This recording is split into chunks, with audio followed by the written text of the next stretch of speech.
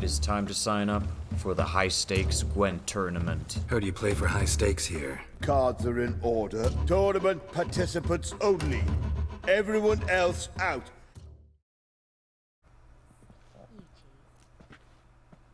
Well, well. Geralt of Rivia. And I was beginning to think this tournament would be a dreadful bore.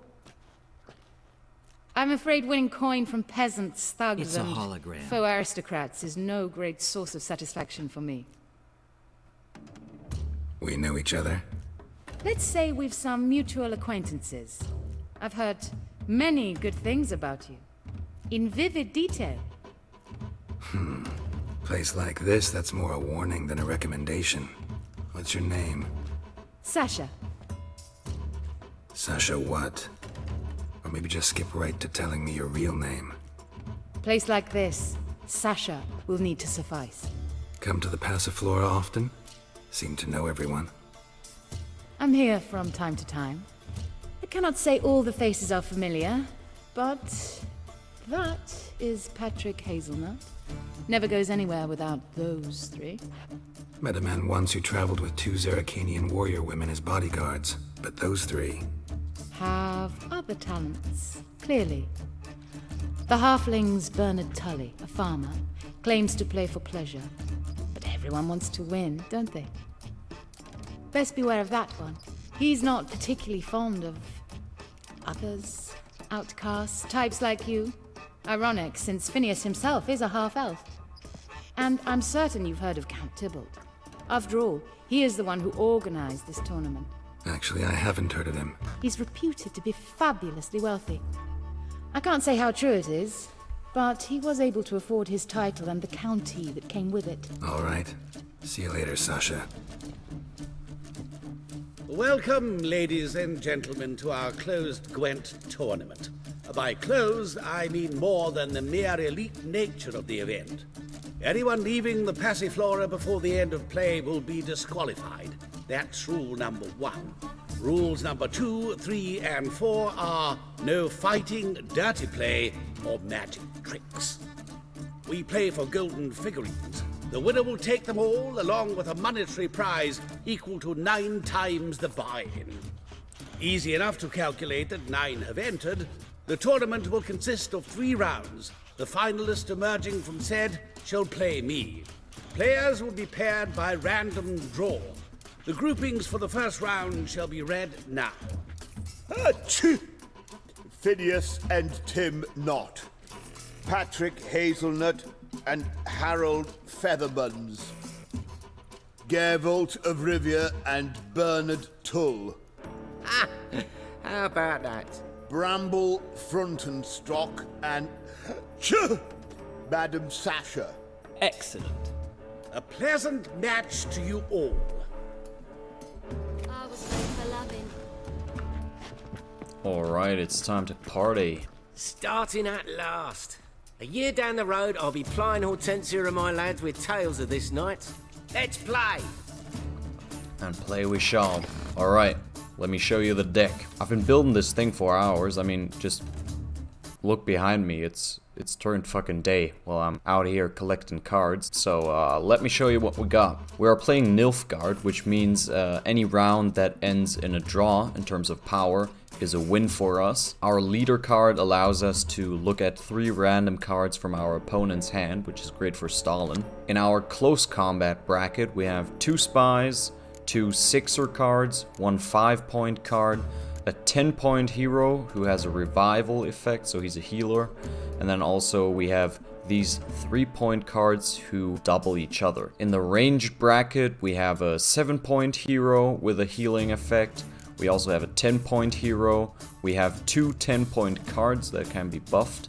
We have a 6-point card and 2 1-point healers. In the siege bracket, we have 1 10-point hero, 1 10-point card, a 6-point card, a 5-point card, a 3-point card, and a 0-point healer. And then for special cards, we got 2 decoys, 2 commander's horns, which double the strength of 1 lane, and then we got a scorch card, which eliminates the strongest card on the table. I'd say that's enough talking for now. It's time to play.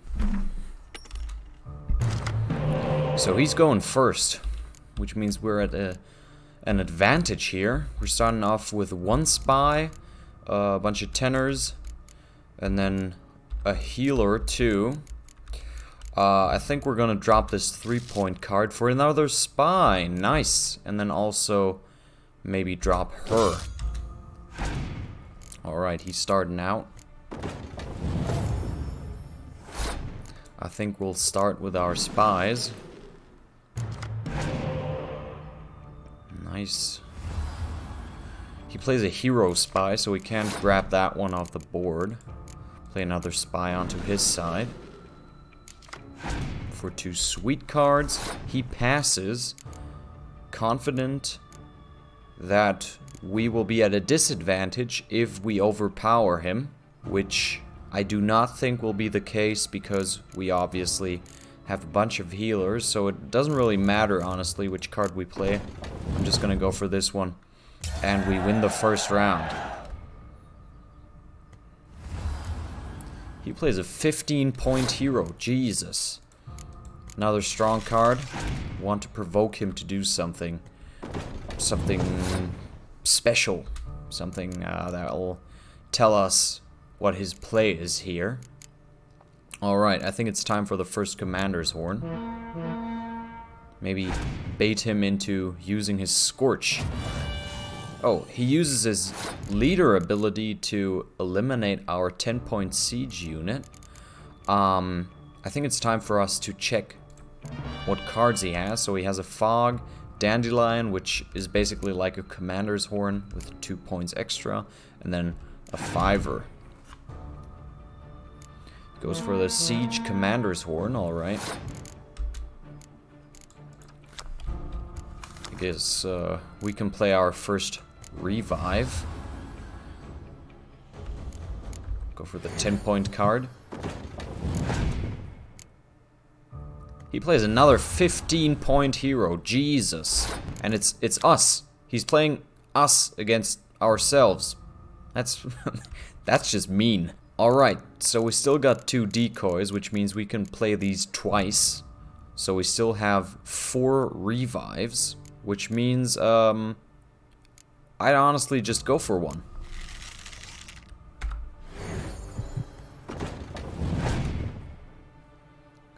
And he has lost 1 round already, which means he has to fight for his life. He has to...